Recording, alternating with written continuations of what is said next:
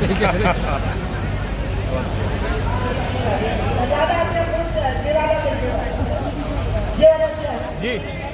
थोड़े दीजिए।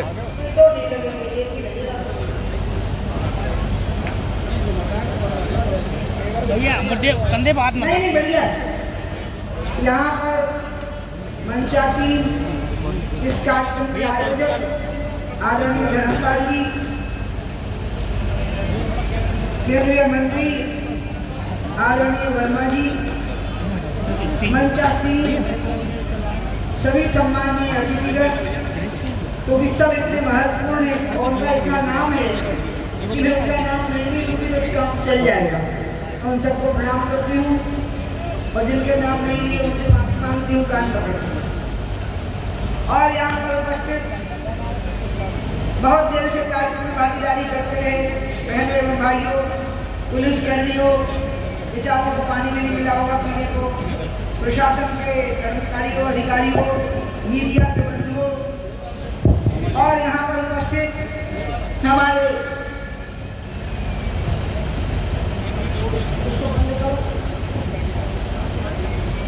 ले लेंगे ना।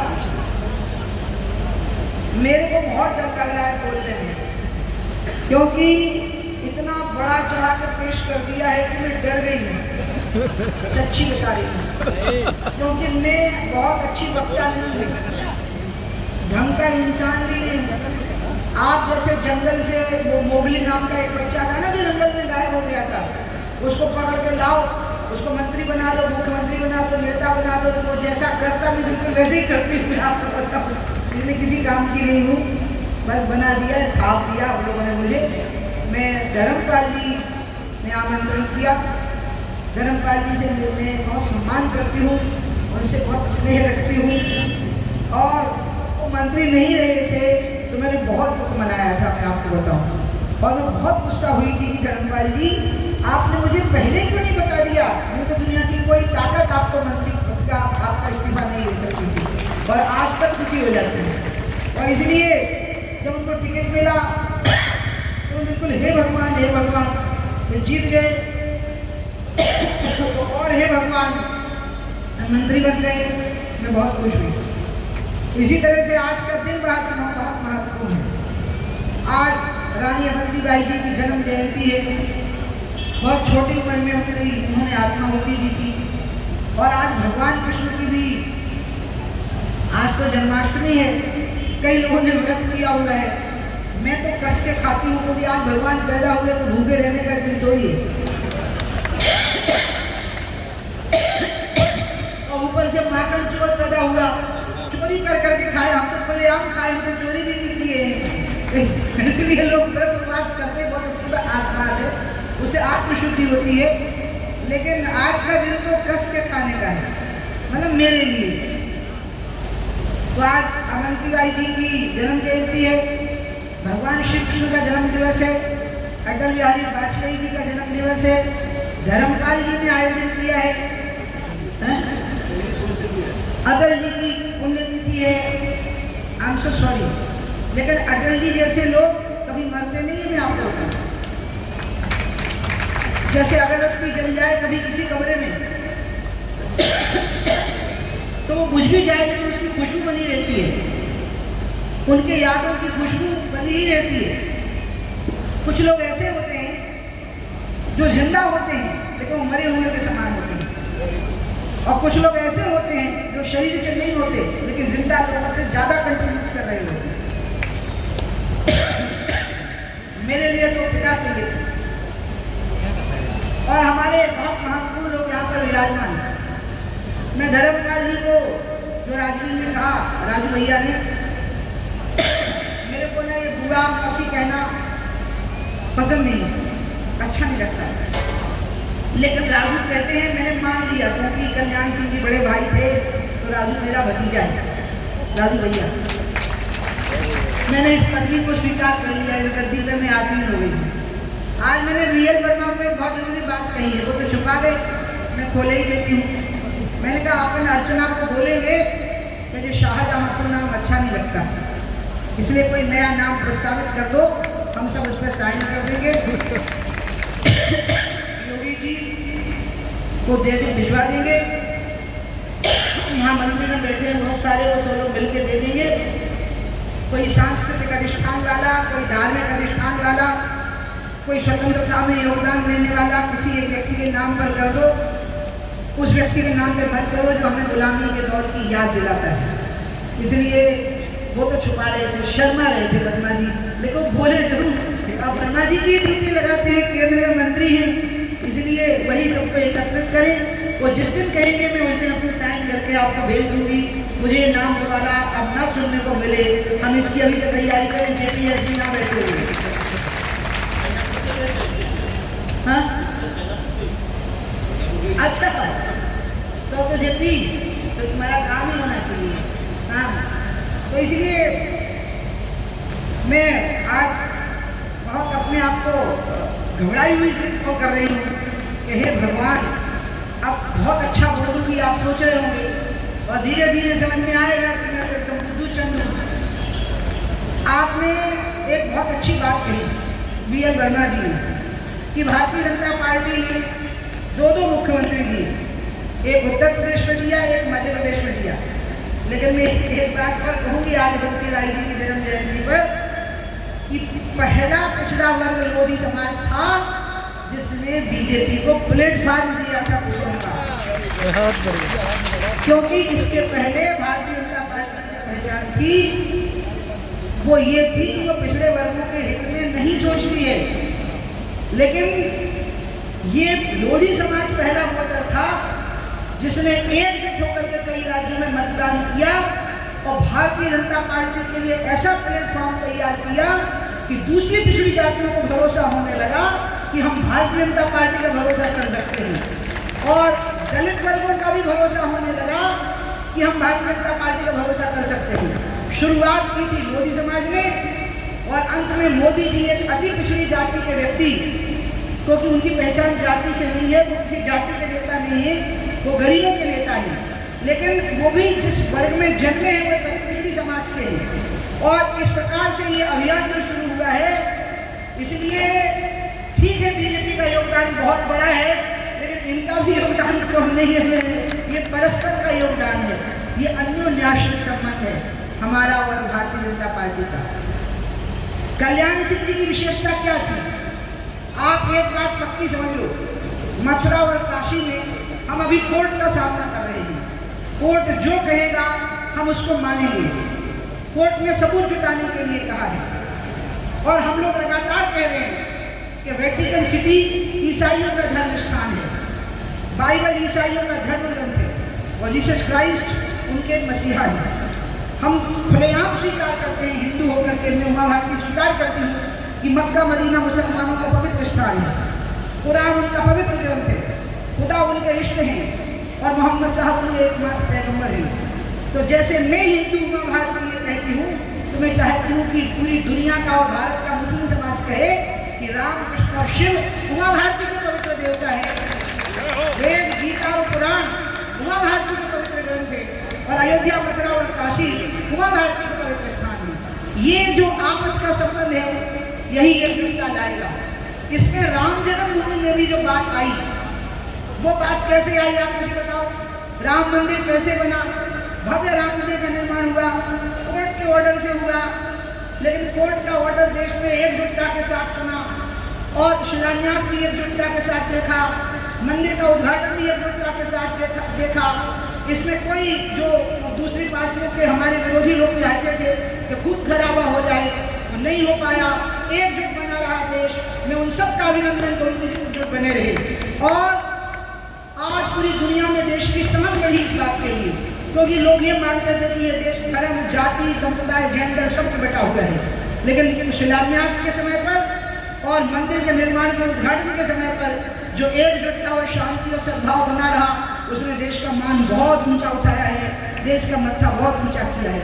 लेकिन आप मुझे एक बात बताओ कि मथुरा और काशी तो कोर्ट में, काशी के प्रमाण तो आप आंखें मूंद के भी हाथ फेरोगे तो मिल जाएंगे कि ये मंदिर है। मथुरा की स्थिति सबको पता है, लेकिन अयोध्या के तो सारे सबूत जो थे ना वो धरती के अंदर दबे होंगे थे। तो जब तक ऊपर का ढांचा न गिरता, मैं उसको धार्मिक स्थान नहीं मानती, क्योंकि मैं राम और बाबर को एक बराबरी का नहीं मानती। जैसे मुसलमानों के खुदा हैं वैसे हिंदुओं के राम हैं। राम और बाबर को हम एक नहीं मान सकते हैं। बाबर इस देश का एक हमलावर था और राम इस देश की पहचान और राम इस देश के नायक हैं। और वो जो लड़ाई हुई थी वो राष्ट्रवाद की लड़ाई हुई थी, क्योंकि राम तो खड़गा में व्याप्त थे, सिया राम में सब जग जानी। तो हम उसी जगह के लिए क्यों लड़े थे? ये आस्थाओं का टकराव नहीं था, क्योंकि मुसलमानों की बाबर में आस्था नहीं है, मुसलमानों की कुरान में, इबादत में और मक्का मदीना में आस्था है, लेकिन हिंदुओं की राम में, रामायण में और अयोध्या में आस्था है। इसलिए आस्थाओं के टकराव नहीं दिए। ये क्या था? राष्ट्रीय अपमान की बात थी। मुझे बताओ, बाबर का वो सेनापति वीर बाकी जो अयोध्या पहुंचा और जिसने तय किया कि इस स्थान को गिराना है, क्योंकि इबादत गाह बनानी है, तो वहां तो अयोध्या में हजारों एकड़ जमीन पड़ी थी खाली, उसमें क्यों नहीं बनाया? उसी को क्यों गिराया? वो इबादत के लिए नहीं था, तो हमारी छाती में कील ठोकने के लिए था कि सदियों तक खून बहता रहे, हम अपनी बेइज्जती सहते रहें और हम आंखें नीचे किए रहें कि संख्या भले ही हमारी ज्यादा हो, लेकिन हम केंचुए हैं, केंचुओं की संख्या ज्यादा होती है लेकिन उनसे डर नहीं लगता। सांप एक भी होगा तो डरा लेता है। यही हमारी रीढ़ की हड्डी तोड़ने के लिए, हमारी अस्मिता का अपमान करने के लिए अगर उस ढांचे को गिराया गया, उस ढांचे को बनाया गया, तो हमने उसी सम्मान को वापस करने के लिए, उस ढांचे को गिराने के लिए जो कार सेवक वहां मौजूद थे, आज उनका अभिनंदन करिए, तालियां बजाइए सभी लोग। क्यों? क्योंकि अगर ढांचा न गिरता तो खुदाई होती। बताओ मुझे, आज पुरातत्व विभाग कोर्ट में खड़ा है कि नहीं खड़ा है मथुरा और काशी के लिए, लेकिन पुरातत्व विभाग को खाली जगह मिल गई खुदाई के लिए। ये जगह किसने बनाई? कार सेवकों ने, जिनको हमने देखा नहीं। लेकिन कोई स्थिति कौन लाया?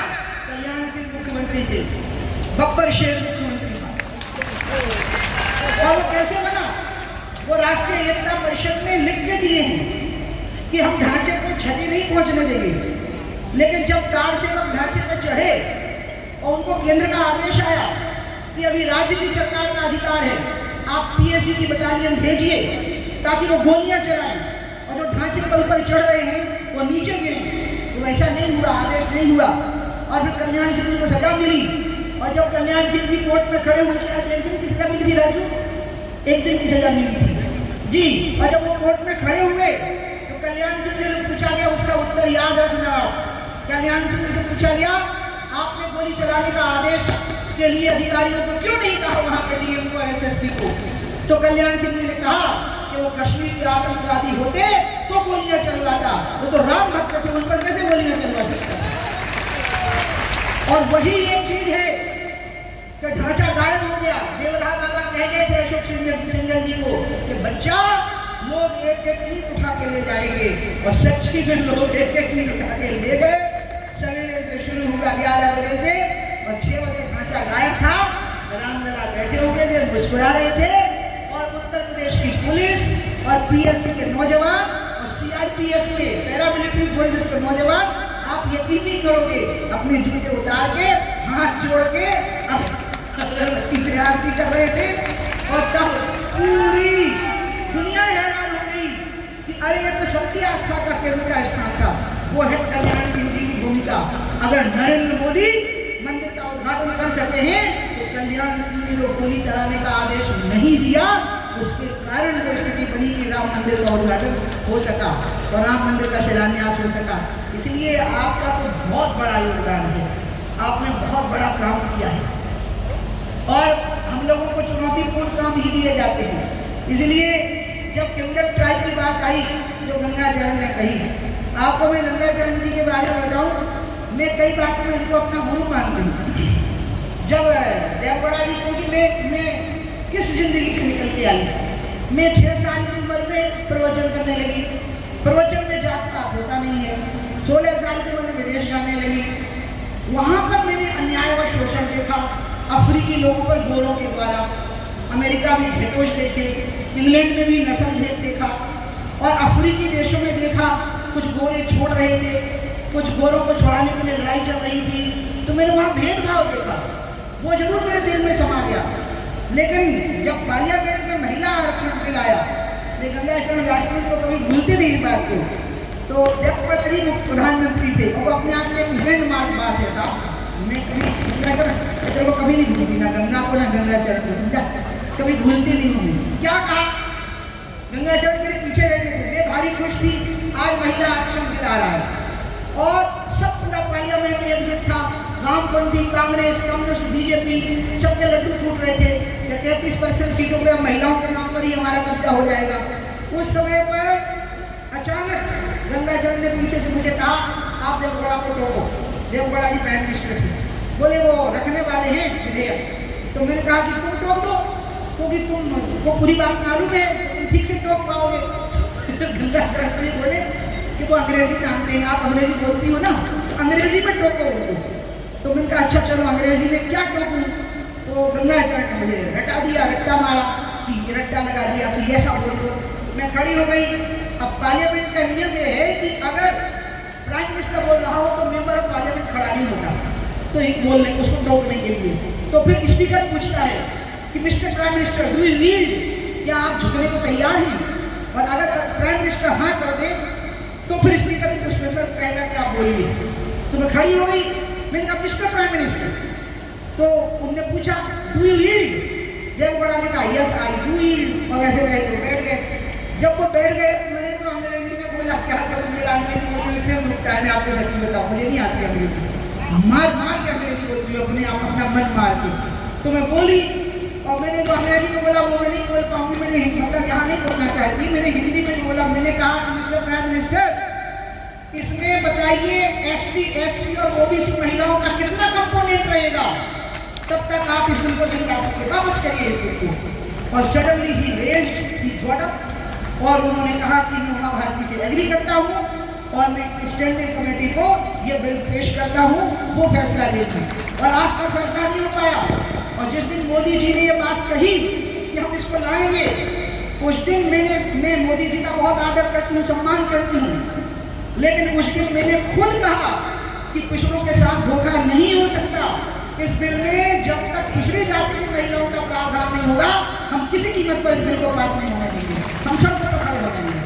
और इसके लिए पार्लियामेंट में बैठने की जरूरत नहीं होती है। पार्लियामेंट में आप डिसिप्लिन में बने होते हैं, आप लोकसभा की मर्यादाओं में होते हैं, आप मिनिस्टर होते हैं तो मंत्रालय की मर्यादाओं में होते हैं।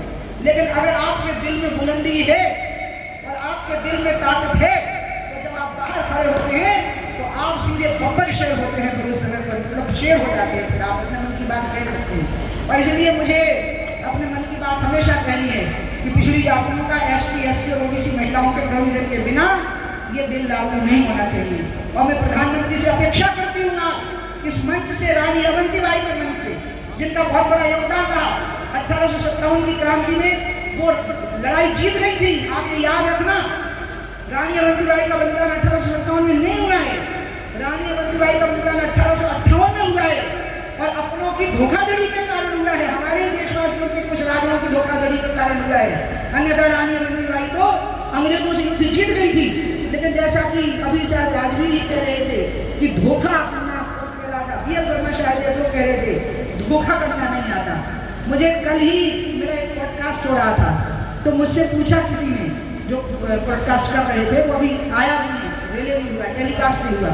उन्होंने कहा कि आप और कल्याण सिंह, मैंने कहा जी कि कल्याण सिंह से मेरी तुलना मत करिए, बहुत बड़े कद्दावर नेता थे, हम बहुत बुद्धू व्यक्ति हैं, लेकिन हाँ हम ये मानते हैं कि हम मुख्यमंत्री रहे अपने। लेकिन कल्याण सिंह की तुलना से पटेल जी और अडवाणी और कल्याण सिंह यही क्रम हो सकता है, हम उसको कहीं नहीं आते। तो उन्होंने मेरे को कहा फिर भी आप बताइए तो ऐसी क्या बात थी जो आप दोनों की तरफ से हो गई कि इतने बड़े पदों पे आसीन होकर के भी आपको निकाला गया, लिया गया, निकाला गया, उगला गया, निकला गया, उगला गया, निकला गया, ऐसा क्यों हुआ? तो मैंने उनको कहा क्योंकि हमें दो चीज़ें नहीं आती, और वो शायद हमारी जात में ही नहीं है। मैंने उल्लेख किया जात का, बोले क्या? मैंने कहा एक साजिश नहीं आती, दूसरी चापलूसी नहीं आती। अब ये दोनों नहीं आते। लड़ना झगड़ना आता है, ना तो साजिश करना आता है, ना चापलूसी करना आता है।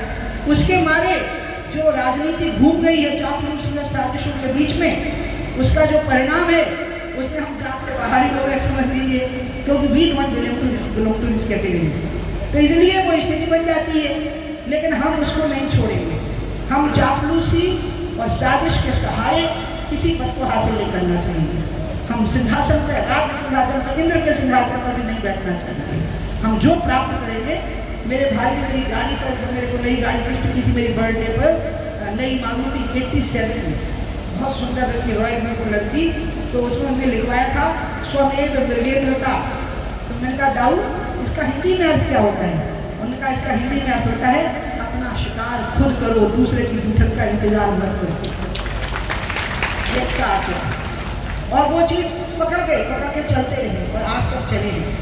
और इसलिए आज मुझे बहुत खुशी हो रही है कि आज़ादी की लड़ाई शुरू करने वाली का आज जन्मदिन है और आज़ादी के एक बहुत लंबे दौर को हम निकाल चुके हैं, लेकिन फिर भी हम कुछ चीज़ों के लिए संघर्ष कर रहे हैं और जब तक वो चीज़ें हमें नहीं मिलेंगी तब तक आज़ादी अपनी पूर्णता को प्राप्त नहीं होगी। और इसलिए मुझे लगता है कि ये जब मोदी जी ने शपथ ली थी प्रधानमंत्री पद की, तो एक अमेरिका या इंग्लैंड के अखबार ने एडिटोरियल लिखा था और वो एडिटोरियल मैंने खुद पढ़ा।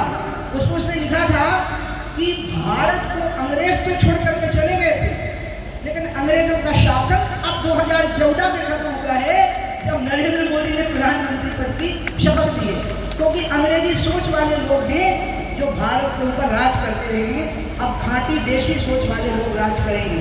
और नरेंद्र मोदी जी का सबसे बड़ा योगदान, मैं इसलिए नहीं कह रही हूँ जो बीजेपी के नेता हैं, नहीं, ये सच में उनका एक बहुत बड़ा योगदान है कि आधुनिकीकरण भी पश्चिमीकरण के बिना हो सकता है। हम मानते हैं कि modernisation is not possible without westernisation. पश्चिमीकरण के बिना आधुनिकीकरण नहीं हो सकता है, लेकिन मोदी जी ने प्रतिपादित किया कि पश्चिमीकरण के बिना भी आधुनिकीकरण हो सकता है, लेकिन आधुनिक होने के लिए उसका रिजर्वेशन कुछ समाजों के लिए नहीं हो सकता है। इसलिए सभी समाजों को आधुनिकता की ओर ले जाना होगा और अगर सभी समाजों को एक आधुनिक रिफॉर्म की ओर ले जाना है तो मैं आप सबसे आग्रह करूंगी कि धन पर कब्जा करिए, ज्ञान पर कब्जा करिए और धर्म पर कब्जा करिए। साक्षी महाराज महामंडलेश्वर है, हमारे यहाँ मध्य प्रदेश में उमा भारती में कल्ट शुरू हो गया है। जितनी लड़कियां गेरुआवस्था भजन करने लग जाती है, सब नाम के आगे भारती लगाती है। हाँ, के महान बनते हैं। कौन कहता है कि जुड़ा हुआ है धर्म?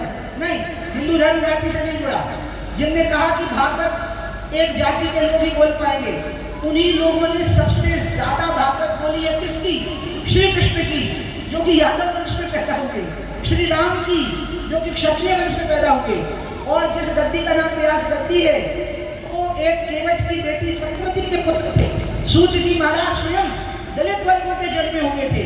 इसलिए मैं ये मानती हूँ कि ऐसा कहना ये बहुत बड़ी दरार डालने की कोशिश है, बहुत बड़ी दरार, और इसे सावधान रहना पड़ेगा। इसलिए धर्म पर नियंत्रण करिए, धन पर कंट्रोल करिए। बताइए लखनऊ का जो मुख्य मार्केट है उसमें कितनी दुकानें आपकी हैं, मुझे ये जानना है। मैंने आपकी दुकान शराब की हुई देखी है, लेकिन मुझे जरा लखनऊ की दुकानों पर, आपकी दुकानों पर लोगों को देखनी है। कितने लोग हैं लखनऊ के बड़े मार्केट में या किसी भी शहर के बड़े मार्केट में आपकी दुकानें। और ज्ञान पर कब्जा करिए, ज्ञान यानी टेक्नोलॉजी जो आज है उसके ऊपर कब्जा करिए, जो आज की टेक्नोलॉजी है उस पर कब्जा करिए। और भगवान की दया से ना आपके शरीर में बल की कमी है, भगवान की दया से ना आपके मस्तिष्क में विद्या की कमी है, आपको आत्मविश्वास चाहिए। और वो आत्मविश्वास आपके अंदर इसलिए टूट जाता है क्योंकि आपको लगता है एक तो भारतीय हैं, ऊपर से पिछड़े हैं, और ऊपर से पिछड़ों को भी वो पिछड़े हैं जिनको ठीक से स्थान नहीं मिला। ऐसे मिला करके ऐसा हो जाता है, लगने लग जाता है कहीं ओके हम कहीं खो गए हैं। इसलिए आज में मंच पर जो आए हैं, विधायक बने हैं, सांसद बने, मंत्री बने, केंद्रीय मंत्री बने, राज्य में मंत्री बने, मैं उन सबको निवेदन करूंगी, उनसे दक्षिणा मांगूंगी कि बुद्धो शाबाश है पर तरक्की इसको कहते हैं। बुद्ध का मतलब होता है मूर्ति, मूर्ति जो होती है उसको बुद्ध कहते हैं संस्कृत में। बुद्धो शाबाश है तुम पर तरक्की इसको कहते हैं। जब ना तराशे तो पत्थर थे, लेकिन जब तराशे तो खुदा निकले। जब तराशे जाओगे तो भगवान का ही उद्धारण कर लोगे और पूजा शुरू हो जाएगी। इसलिए अपने आत्मविश्वास को समझो, अपनी बुद्धि के बल को समझो, अपने अंदर साजिश और चापलूसी का अंश नहीं है तो उसको भूल जाओ, लेकिन अपने ज्ञान को, अपने विवेक को, अपने आत्मविश्वास को हम जगा करके रखे। हम अवंतीबाई जी के लिए इससे अधिक बर्थडे की गिफ्ट नहीं दे सकते। हम अटल बिहारी वाजपेयी जी, मैं उनको आज फिर याद करूँगी। जब मैंने ये पार्लियामेंट में खड़ा कर दिया बकेड़ा, तो पार्लियामेंट में थोड़ी देर के लिए एडजस्ट हो गई पार्लियामेंट। जब उनको याद होगा तो जे किया होगा, उमा भारती पार्टी लाइन से बाहर क्यों चली गई, जबकि ये तय था कि यहाँ पर सबको इसका समर्थन करना है। तो जब मैं बाहर आई तो अटल जी मेरे साथ आ गए, बेटा क्या हुआ, ये 97 की बात है, क्या हो गया तुमको। उनने मेरे को बचपन से देखा है, तो उनको ये लगा, तो उन्होंने कहा कि बेटा ये तुमको क्या हो गया, तुमने पार्टी लाइन से अलग क्यों बोला। मैंने कहा दादा, बाप जी, सॉरी इनको मैं बाप जी कहती थी, हनुमान जी को दादा कहती हूँ। मैंने कहा बाप जी, ये पार्टी की लाइन हो या ना हो, लेकिन ये देश की लाइन जरूर है कि हमें सबको साथ करके चलना पड़ेगा। और आपकी 13 दिन की सरकार गिर गई क्योंकि आपको पर्याप्त सपोर्ट नहीं मिला। अब अगर आपको सरकार बनानी है तो पिछड़ी जातियों की अवहेलना करके आप सरकार नहीं बना पाएंगे, और पिछड़ी जातियां उन लोगों के साथ जाने के लिए मजबूर हो जाएंगी जो मूलतः हिंदुत्व विरोधी मानी जाती हैं। और जबकि पिछड़ी जातियां ही हैं जो हिंदू धर्म की रक्षा के लिए अपने प्राणों का बलिदान करती हैं, लेकिन सत्ता में उन्हें ठीक से जगह नहीं मिलती है, इसलिए वो मजबूरी में उन नेताओं के पीछे खड़े हो जाते हैं जो उनको अपने बगल में कुर्सी पर बिठाते हैं। तो उस सम्मान के कारण ये स्थिति बनती है। अगर वही सम्मान हम लोग भी बीजेपी को देने लग जाएंगे तो वो हिंदुत्व विरोधी नेताओं के साथ नहीं जाएंगे, वो हमारे साथ खड़े हो जाएंगे, और इसी से हिंदुत्व की ताकत मजबूत होगी। इसलिए अगर हिंदुत्व की ताकत